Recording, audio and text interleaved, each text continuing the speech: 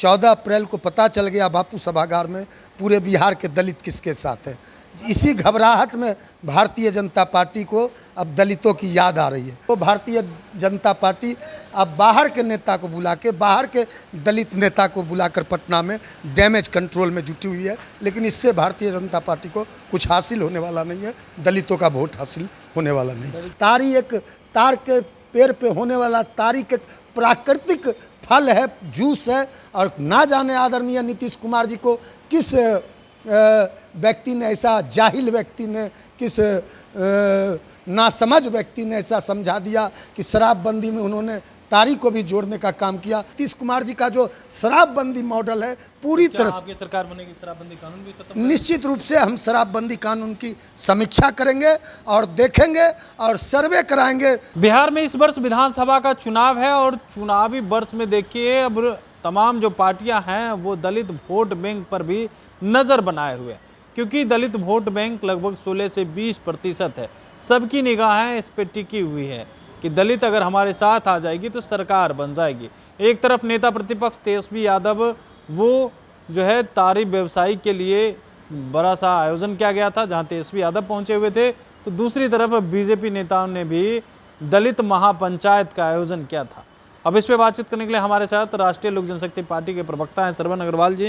क्या कैसे देख रहे हैं दोनों नेताओं ने जो दलित को लेकर के प्रोग्राम किया उसको लेकर? नहीं, ठीक है, चुनाव का साल है, चुनाव का वर्ष है, 4 महीने बाद चुनाव की घोषणा हो जाएगी बिहार में, तो निश्चित रूप से, लेकिन भारतीय जनता पार्टी को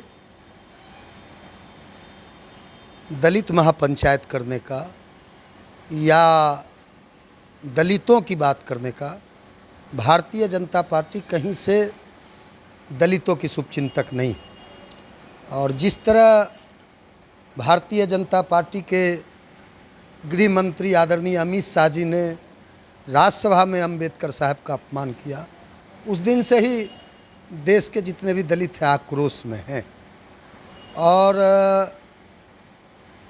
भारतीय जनता पार्टी समय समय पर दलितों की अनदेखी करती रही है।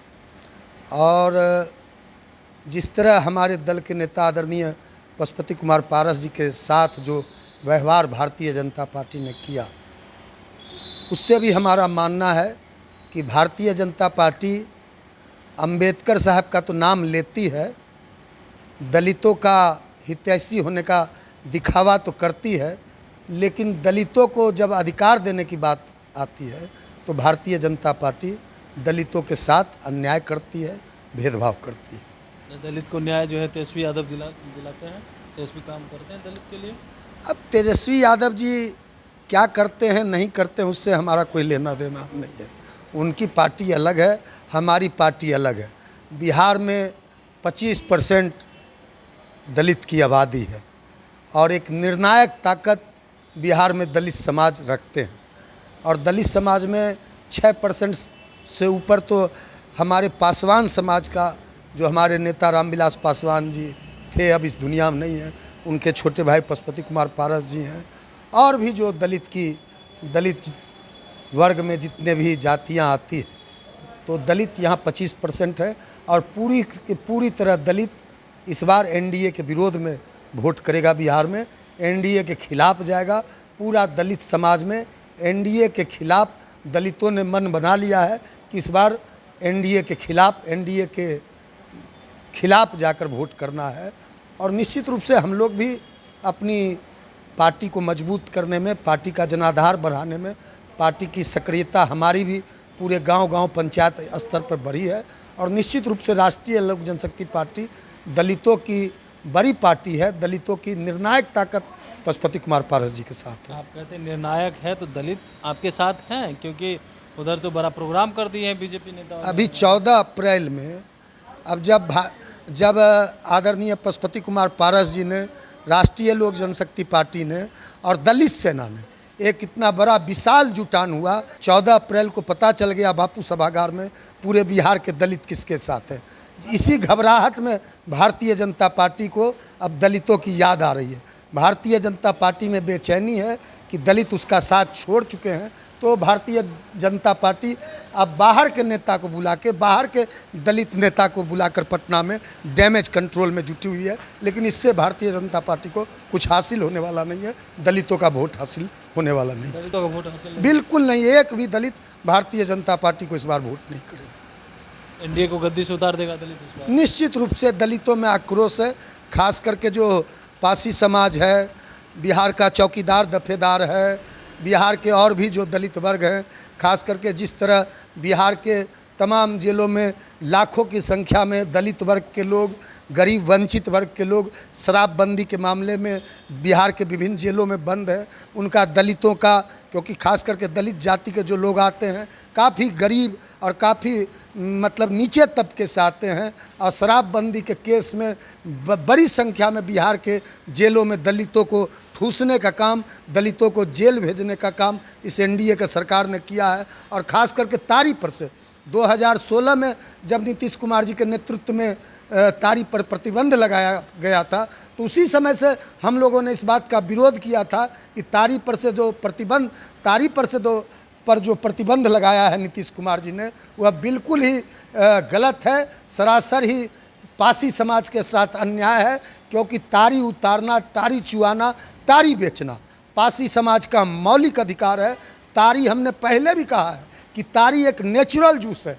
तारी जो तार का फल होता है, तारी एक तार के पेड़ पे होने वाला तारी के प्राकृतिक फल है, जूस है। और ना जाने आदरणीय नीतीश कुमार जी को किस व्यक्ति ने, ऐसा जाहिल व्यक्ति ने, किस नासमझ व्यक्ति ने ऐसा समझा दिया कि शराबबंदी में उन्होंने तारी को भी जोड़ने का काम किया। उसी समय से हम लोग तारी पर से प्रतिबंध हटाने का मांग कर रहे हैं कि तारी जो है पासी समाज का मौलिक अधिकार है, तार पर से तारी उतारना, तारी को कृषि, हमने मांग किया नीतीश कुमार जी से, एनडीए की सरकार से, कि तारी को कृषि का दर्जा देते हुए तारी के विपणन का अधिकार, तारी के व्यापार का अधिकार, तारी बेचने का अधिकार पासी समाज को तारी पर से प्रतिबंध हटाकर पुनः जो शराबबंदी से तारी पर से अलग करे। और हम यह भी मांग किए हैं कि जितने भी दलित, गरीब, दलित समाज के लोग, पिछड़े समाज के लोग शराबबंदी में जेल में बंद है, शराबबंदी कानून में शिथिलता लाकर सभी लोगों को जेल से रिहा करने का काम एनडीए का सरकार नीतीश कुमार करे। यह तो हमारा शुरू से मांग रहा।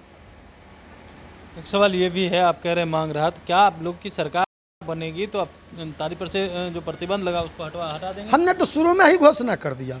हमने तो आज से 10 दिन पहले भी प्रेस कॉन्फ्रेंस करके कहा है, हमारे नेता पारस बाबू ने कहा है कि इस बार 2025 में जो सरकार बनेगी, राष्ट्रीय लोक जनशक्ति पार्टी भी सरकार में शामिल होगी, तो सबसे पहला काम हम करेंगे कि तारी पर से प्रतिबंध हटाएंगे और जो शराबबंदी कानून है उस पर समीक्षा करेंगे। शराबबंदी कानून में जितने गरीब लोग, जितने भी, क्योंकि बड़े बड़े लोग तो शराब पी रहे हैं, बड़े बड़े अफसर, बड़े बड़े नेता, बड़े बड़े लोग तो महंगा महंगा शराब पी रहे हैं, लेकिन शराबबंदी कानून पर अब तो घरे घर होम डिलीवरी है बड़ी संख्या में। अब पहले तो शहर में 2, 4, 10 शराब दुकान होते थे, अब तो गली गली, मोहल्ला मोहल्ला, टोला टोला में शराब का दुकान, होम डिलीवरी है। इसलिए शराबबंदी कानून भी पूरी तरह असफल है। शराबबंदी कानून कहीं से भी, बिहार में नीतीश कुमार जी का जो शराबबंदी मॉडल है पूरी तरह से, आपकी सरकार बनेगी शराबबंदी कानून भी खत्म? निश्चित रूप से हम शराबबंदी कानून की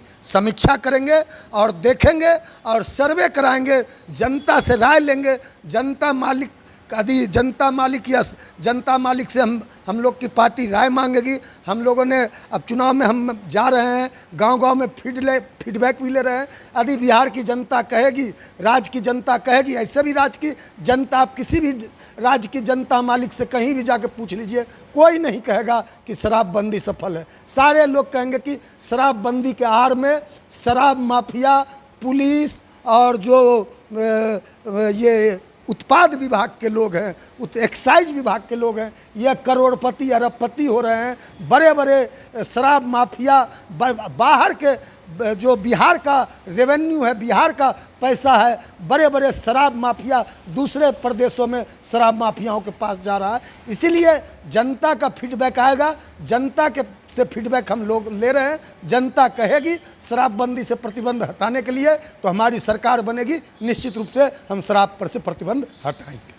चलिए, तो आप सुन रहे थे हमारे साथ राष्ट्रीय लोक जनशक्ति पार्टी के राष्ट्रीय प्रवक्ता श्रवण अग्रवाल थे। उन्होंने तारीख के साथ साथ कहा है कि जनता से राय लेंगे और शराब पर से भी हमारी सरकार बनेगी तो प्रतिबंध हटा देंगे।